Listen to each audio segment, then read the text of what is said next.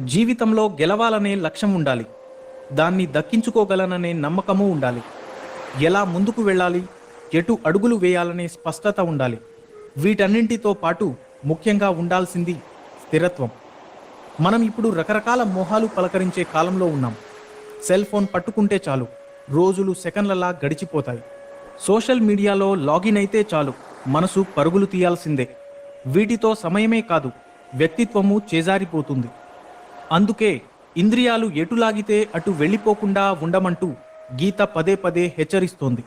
ఆ మాటకొస్తే అసలు అర్జునుడి రథానికి కనిపించే గుర్రాలు ఇంద్రియాలకి, అర్జునుడు మనసుకి ప్రతీక అని చెబుతారు.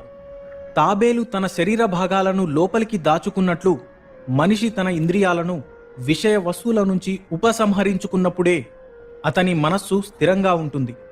అదేమంత తేలిక కాదు. అందుకే ఇంద్రియాలు మనసును కూడా బలవంతంగా లాక్కుపోతాయి.